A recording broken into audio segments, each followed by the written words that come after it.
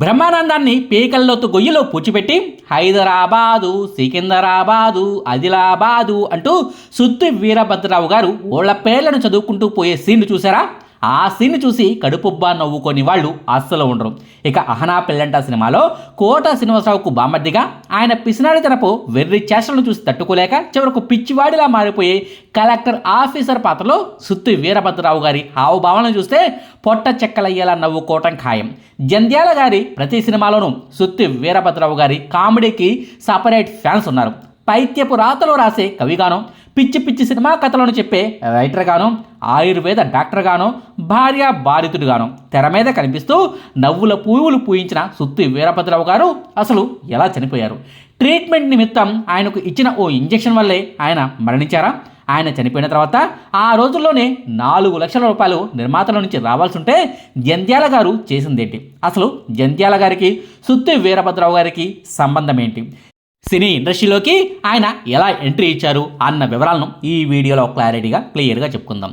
సుత్తి వీరభద్రరావు గారి అసలు పేరు మామిడిపల్లి వీరభద్రరావు.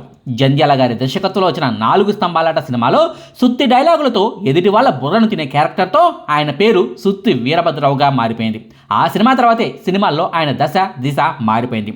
1947 సంవత్సరం జూన్ నెల 6వ తారీఖున సుత్తి వీరభద్రరావు గారు జన్మించారు. ఆంధ్రప్రదేశ్ రాష్ట్రంలోని ఉమ్మడి తూర్పుగోదావరి జిల్లాలోని అయినాపురంలో ఆయన పుట్టి పెరిగినప్పటికీ తండ్రి ఉద్యోగరీత్యా విజయవాడకు వలస వెళ్లాల్సి వచ్చింది. తల్లిదండ్రులకు ఆయన ఒక్కరే కొడుకు. ఆయనకు మరో 2 చెల్లెలు కూడా ఉన్నారు. విజయవాడలో ఉన్న ఎస్ఆర్ఆర్ అండ్ సివిఆర్ కాలేజీ నుంచి గ్రాడ్యుయేషన్ పట్టాను తీసుకున్న సుత్తి వీరభద్రరావు గారికి చిన్నప్పటి నుంచే నాటకాలపై తెగ ఇంట్రెస్ట్. విజయవాడలో కాలేజీ చదివే రోజుల్లో అయితే యూనివర్సిటీ లెవెల్లో జరిగే నాటక పోటీల్లో పాల్గొని ఎన్నోసార్లు అవార్డులను గెలుచుకున్నారు. సినీ దర్శకుడు జంధ్యాల గారు, సుత్తి వీరభద్రరావు గారు ఇద్దరు కూడా క్లాస్మేట్స్. కాలేజీ రోజుల్లో వీరిద్దరితో పాటు మరికొందరు మిత్రులు కలిసి ఓ గ్రూప్గా ఏర్పడి నాటక పోటీల్లో పాల్గొనేవారు. అలా సుత్తి వీరభద్రరావు, జంధ్యాల గారి మధ్య ఏర్పడిన స్నేహబంధమే ఆ తర్వాత రోజుల్లో సుత్తి వీరభద్రరావు గారికి సినీ జర్నీకి దారితీసింది. డిగ్రీ తర్వాత ఓవైపు నాటకాలు వేస్తూ మరోవైపు విజయవాడ ఆకాశవాణిలో ఉద్యోగం చేశారు. తుమ్మలపల్లి కళాక్షేత్రంలో ఎన్నో నాటకాలను వేశారు. నాటక రంగంలో మహామహులైన సిఎస్ఆర్ ఆంజనేయులు గారు, వెన్నకోట రామన్న పంతులు గారు, నండూరి సుబ్బారావు గారు, సి రామమోహన్ రావు గారు, ఉషశ్రీ గారు వంటి ఎంతో మంది గొప్ప వాళ్లతో కలిసి సుత్తి వీరభద్రరావు గారు వర్క్ చేయటం గమనార్హం. ఓ రోజు స్నేహితుడి ఇంటికి వెళ్తే అక్కడ సినీ నటుడు మాదాల రంగారావు కూడా కనిపించారు. అప్పటికే వీరభద్రరావు గారి టాలెంట్ గురించి విన్న మాదాల రంగారావు గారు పట్టుబట్టి మరి తన జాతర సినిమాలో ఓ ముఖ్య పాత్రను ఆయనకు ఇప్పించారు. 1980 సంవత్సరంలో వచ్చింది ఆ సినిమా. ఆ సినిమా తర్వాత 1981 సంవత్సరంలో ఎర్రమల్లెలు అనే సినిమా వచ్చింది. ఆ తర్వాత సీనియర్ ఎన్టీఆర్ గారి కొండవీటి సింహం అనే సినిమాలోనూ ఓ చిన్న పాత్రలో నటించారు ఆయన. ఆ తర్వాత ఏడాదిలో అంటే 1982 సంవత్సరంలో 4 స్తంభాలాట అనే సినిమాలో సుత్తి వీరభద్రరావు గారు నటించారు. తన మిత్రుడికి సినిమాల్లో ఛాన్సులు వస్తున్నా కెరీర్ పరంగా మాత్రం సంతృప్తి లేదన్న విషయం జంధ్యాల గారికి అర్థమైంది. అందుకే పని గెట్టుకుని మరి స్నేహితుడి కోసం తన సినిమాలో ఓ మంచి పాత్రను సృష్టించారు. తెర మీద ఆయన సీరియస్గా కనిపిస్తూనే ఉంటారు. అదే పనిగా వింత విచిత్రమైన తిట్లను తిడుతూనే ఉంటారు. కానీ తెర మీద మాత్రం హాస్యం వరదల్లా పారుతుంది.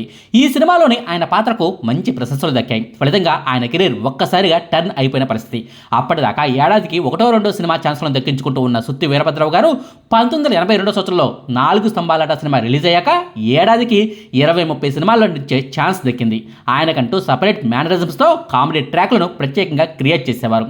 ఆ రోజుల్లో సుత్తివేలు, సుత్తి వీరభద్రరావు గారిది మంచి జోడి. వీరిద్దరిని కలిపి సుత్తి జంట అని ఆ రోజుల్లో పిలిచేవారు. ప్రత్యేకించి జంధ్యాల గారి అన్ని సినిమాల్లోనూ ఈ సుత్తి జంటకు తప్పకుండా ట్రాకులు ఉండేవి. హీరోయిజం కంటే కూడా కథను, కామెడీ ట్రాకులు మాత్రమే నమ్ముకునే జంధ్యాల గారికి సినిమాలో ఈ సుత్తి వీరభద్రరావు గారి కామెడీ ట్రాకు మేజర్ ప్లస్ పాయింట్లుగా నిలిచేది. తెలుగు పదాలను పొందికగా అదో రకమైన తరహాలో పలుకుతూ హాస్య ప్రేమికులను ఆయన అలరించేవారు. 1982 నుంచి 1988 సంవత్సరం వరకు అంటే దాదాపుగా 7 ఏళ్ల కాలంలోనే ఏకంగా 200 సినిమాల్లో నటించారంటేనే అర్థం చేసుకోవచ్చు ఆయనకు ఏ రేంజ్లో అవకాశాలు ఆ రోజుల్లో వచ్చాయన్నది. ఇక సుత్తి వీరభద్రరావు, సుత్తివేలు జంటే ఏకంగా 50కి పైగా సినిమాల్లో ఇద్దరూ కలిసి నటించారు. సుత్తి వీరభద్రరావు గారికి 1970లోనే పెళ్ళైంది.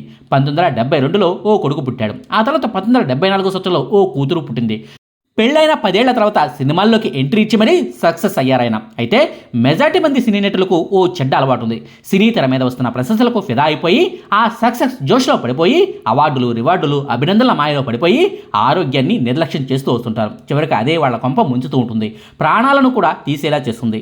సుత్తి వీరభద్రరావు గారి విషయంలోనూ అదే జరిగింది. సుత్తి వీరభద్రరావు గారికి షుగర్ వ్యాధి ఉంది. మొదట్లో క్రమం తప్పకుండా మందులను వాడుతూ ఉండేవారు ఆయన. కానీ సినిమాల్లో సక్సెస్ అయ్యాక క్షణం కూడా తీరిక లేకుండా ఉండేలా వరుస ఛాన్సులు వస్తుండటం వల్ల ఆరోగ్యాన్ని పట్టించుకోవడం మానేశారు. 1988 సంవత్సరం జూన్ నెల 24వ తారీఖు హైదరాబాద్లో నరేష్ హీరోగా నటించిన చూపులు కలిసిన శుభవేళ అనే సినిమాకు సంబంధించిన షూటింగ్ జరుగుతుంది. ఆ సినిమాకు దర్శకుడు జంధ్యాల గారే. ఓ పాటకు సంబంధించిన చిత్రీకరణ జరిగే సమయంలో ఆయన కాలు బెణికింది. కాసేపు రెస్ట్ తీసుకున్నాక మళ్ళీ షూటింగ్లో పాల్గొన్నారు. ఆ రోజు మధ్యాహ్నం సమయంలో ఆ కాలిని చూసిన సుత్తివేలు గారికి అనుమానం కలిగింది. కాలు బాగా వాచింది, నీరు కూడా పట్టేస్తుంది, మీకు అసలే షుగర్ వ్యాధి కూడా ఉంది, ఈ రోజే ఆసుపత్రికి వెళ్దాం అని సుత్తివేలు గారు చెప్పినా కూడా వీరభద్రరావు గారు వినిపించుకోలేదు. ఏం కాదులేండి, నేను చెన్నైకి వెళ్ళాక ట్రీట్మెంట్ తీసుకుంటానని లైట్ తీసుకున్నారు.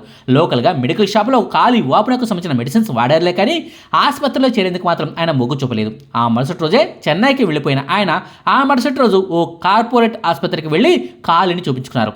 అప్పటికే ఇంటర్నల్గా షుగర్ వ్యాధి ఆయన్ను తినేసిందన్న విషయాన్ని డాక్టర్లు గుర్తించారు. మీరు వెంటనే ఆసుపత్రిలో అడ్మిట్ కావాలని చెప్పినా నేను బాగానే ఉన్నా కదా, కాలు మాత్రమే సమస్య కదా, మందులు వేసుకుంటే తగ్గిపోతుంది కదా అంటూ తన అనుమానాన్ని వ్యక్తం చేస్తే ఆయన శరీరంలో అసలేం జరుగుతుందన్నది డాక్టర్లు మరింతగా వివరంగా చెప్పుకొచ్చారు. చివరకు కుటుంబ సభ్యుల ఒత్తిడితో ఆసుపత్రిలో చేరిన ఆయన పరిస్థితి రోజు రోజుకు మరింత విషమించింది. అప్పటికి సుత్తి వీరభద్రరావు గారి కొడుకు ఇంటర్మీడియట్ మాత్రమే చదువుతున్నాడు. కూతురు 10వ తరగతి చదువుతోంది. తాను లేకపోతే లోకం పోకడ తెలియని భార్య కుటుంబాన్ని ఎలా నెట్టుకొస్తుందన్న భయాన్ని మనసులో పెట్టుకున్నారనుకుంటా. ఆ భయంతోనే రోజు రోజుకు ఆయన మరింత కుంగిపోయారు. చివరకు ఆసుపత్రిలో చేరిన 4 రోజుల్లోనే అంటే 1988 సంవత్సరం జూన్ నెల 30వ తారీఖున తెల్లవారుజామున ఆయన మరణించారు. ఆయన మరణం గురించి మరో వార్త కూడా ప్రచారంలో ఉంది. ఆసుపత్రిలో చేరిన తర్వాత కాలి నొప్పితో ఆయన విపరీతంగా బాధపడేవారట. ఆ నొప్పి వల్ల రాత్రులు సరిగా నిద్ర కూడా పట్టేది కాదట. ఈ నేపథ్యంలోనే కనీసం రాత్రిపూటైనా ప్రశాంతంగా పడుకుంటాను, నిద్ర పట్టేలా ఓ ఇంజెక్షన్ ఇవ్వనంటూ వైద్యులను వేడుకుంటే జూన్ 29వ తారీఖున రాత్రిపూట మాత్రం ఓ ఇంజెక్షన్ను డాక్టర్లు ఇచ్చారట. ఆ తర్వాత వెంటనే ఆయన నిద్రపోయారు. సరిగ్గా ఆయన నిద్రపోయిన 7 గంటల తర్వాత జూన్ 30వ తారీఖున తెల్లవారుజామున 4 గంటల సమయంలో సడన్గా ఆయనకు గుండెపోటు వచ్చింది. అందుబాటులో ఉన్న నర్సులు వెంటనే స్పందించి ఆయనకు ట్రీట్మెంట్ అందించినా ఆయన్ను కాపాడలేకపోయారు. రాత్రులు నిద్ర పట్టేందుకు ఇచ్చే ఇంజెక్షన్ వికటించడం వల్లే ఆయన చనిపోయారని అప్పట్లో వార్తలు వచ్చాయి. ఇందులో ఎంత మేరకు నిజం ఉందన్నది కుటుంబ సభ్యులకే తెలియాలి. ఆసుపత్రిలో చేరిన 2 రోజులకే చావు భయం అన్నది వీరభద్రరావు గారిని వెంటాడింది. ఎందుకని మంచిదని అప్పటి వరకు తాను నటించిన సినిమాలకు సంబంధించి ఏ నిర్మాత నుంచి ఎన్ని డబ్బులు రావాల్సి ఉందన్నది పూర్తిగా ఓ లిస్టు రాసి మరీ కొడుకు మామిడిపల్లి చక్రవర్తికి ఆయన అప్పగించారు. ఆయన రాసిన లిస్టు ప్రకారం 1988 నాటికి అక్షరాల 4 లక్షల రూపాయలు 40 మంది నిర్మాతల నుంచి రావాల్సింది. తండ్రి చనిపోయిన కొద్ది నెలల తర్వాత ఆ లిస్టు ప్రకారం ఒక్కో నిర్మాత దగ్గరకు వీరభద్రరావు గారి కొడుకు వెళ్తే పురుగును చూసినట్టు చూశారట. మరికొందరు నిర్మాతలైతే మేము అసలు బాకీ లేమంటూ అబద్ధాలు చెప్పారట. ఇంకొందరు రేపురా ఎల్లిండ్రా అంటూ నెలల తరబడి తెప్పించుకున్నారట. సినీ నిర్మాతల తీరును చూసి విసిగి వేసారిపోయిన కొడుకు జంధ్యాల గారిని వెతుక్కుంటూ వెళ్ళారు. అంకుల్, మా నాన్న రాసిన లిస్ట్ ఇది అంటూ సుత్తి వీరభద్రరావు గారు స్వహస్తాలతో రాసిన పేర్లను చూసి జంధ్యాల గారు విస్తుపోయారు. పెద్ద పెద్ద నిర్మాతల పేర్లు కూడా అందులో ఉండడంతో వీళ్లకు ఇదేం పోయే కాలం, చనిపోయిన మనిషికి ఇవ్వాల్సిన కనీస మర్యాద కూడా ఇవ్వటం లేదు, ఆయనకి ఇవ్వాల్సిన బాకీని మిగిల్చుకుంటే వీళ్ళేమైనా మేడలు మిద్దెలు కడతారా, ఏం బాగుపడతారంటూ జంధ్యాల గారు ఆగ్రహ వేషాలకు లోనయ్యారు. వీళ్ల నుంచి డబ్బులను రాబట్టే పూచి నాది అంటూ జంధ్యాల గారు హామీ ఇచ్చారు. ఆయా నిర్మాతల వద్దకు స్వయంగా వెళ్లి మరీ కలిసి వీరభద్రరావు గారి కుటుంబ ఆర్థిక పరిస్థితిని వివరించేవారు. చదువుకున్న పిల్లలు ఉన్నారు, కూతురికి పెళ్లి చేయాల్సి ఉంది, పెద్దగా ఆస్తిపాస్తులు లేవని చెబుతూనే ఆ డబ్బులు ఆ కుటుంబానికి ఎంత అవసరమో చెప్పుకొచ్చేవారు. జంధ్యాల గారి స్వయంగా వచ్చి మరీ అడగడంతో సుత్తి వీరభద్రరావు గారికి ఇవ్వాల్సిన బాకీ డబ్బుల్లో దాదాపుగా 3 లక్షల రూపాయలు వసూలయ్యాయి. మిగిలిన 1 లక్ష రూపాయలు మాత్రం కొందరు నిర్మాతలు ఎగ్గొట్టేశారు. అయితే ఆ తర్వాత రోజుల్లో సుత్తి వీరభద్రరావు గారి కొడుకు చక్రవర్తి గారు ఓ ఇంటర్వ్యూలో మాట్లాడుతూ మా నాన్నగారిని సినీ ఇండస్ట్రీలోని కొందరు నిర్మాతలు మోసం చేశారు, చివరి రోజుల్లో ఆయన చేసిన కష్టాన్ని దోచుకున్నారు, నిర్మాతలు ఇచ్చారంటూ అబద్ధం చెప్పి మరీ జంధ్యాల గారి తన సొంత డబ్బులను మాకు ఇచ్చారన్న విషయం మాకు చాలా ఆలస్యంగా తెలిసింది. ఎన్నిసార్లు కలిసినా కొందరు నిర్మాతల నుంచి రెస్పాన్స్ లేకపోవడంతో మేమెక్కడ ఇబ్బందులు పడతామేమోనని జంధ్యాల గారే ఆ డబ్బులను మాకు ఇచ్చారట.